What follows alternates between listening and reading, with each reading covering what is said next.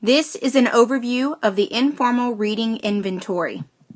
This assessment is used by professionals that are interested in assessing the reading competencies of their students.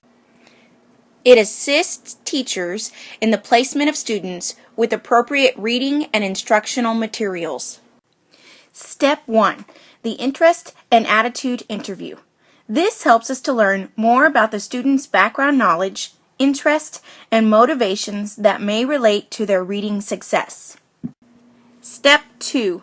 Initial passage selection sentences. Have the student begin reading the placement sentences for the form you have selected until they miss 2 or more words. The highest level the student read with no mistakes is the first passage for them to read. Step 3. Reading the passages. The teacher reads the background statement and allows the student to read the passage silently. When they are done, ask them to retell what they remember from the story. Don't forget to take the passage away. As the student retells the story, mark a UA if they answered it unaided, and then ask all the questions that he or she did not cover, and mark an A if they answered it correctly. Part 3. This section is to help you determine whether or not you should continue testing. By determining whether the passage was easy, adequate, or too hard for the student.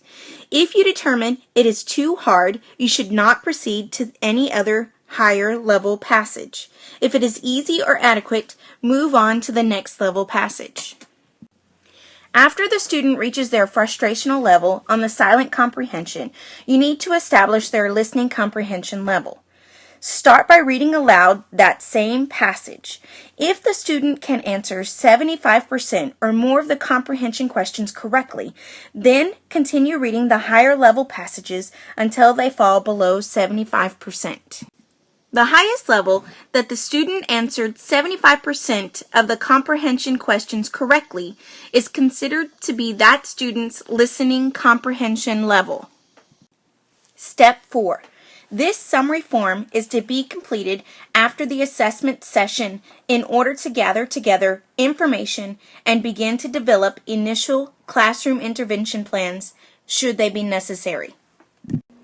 If interventions are needed, we focus on what type of miscues the student is making. So let's say your student inserts words that are not actually in the text. Some interventions that are recommended are dialogue retellings and student dramas that have them focus on accuracy. When we know what students are struggling with, we can use appropriate interventions to help them become more successful readers.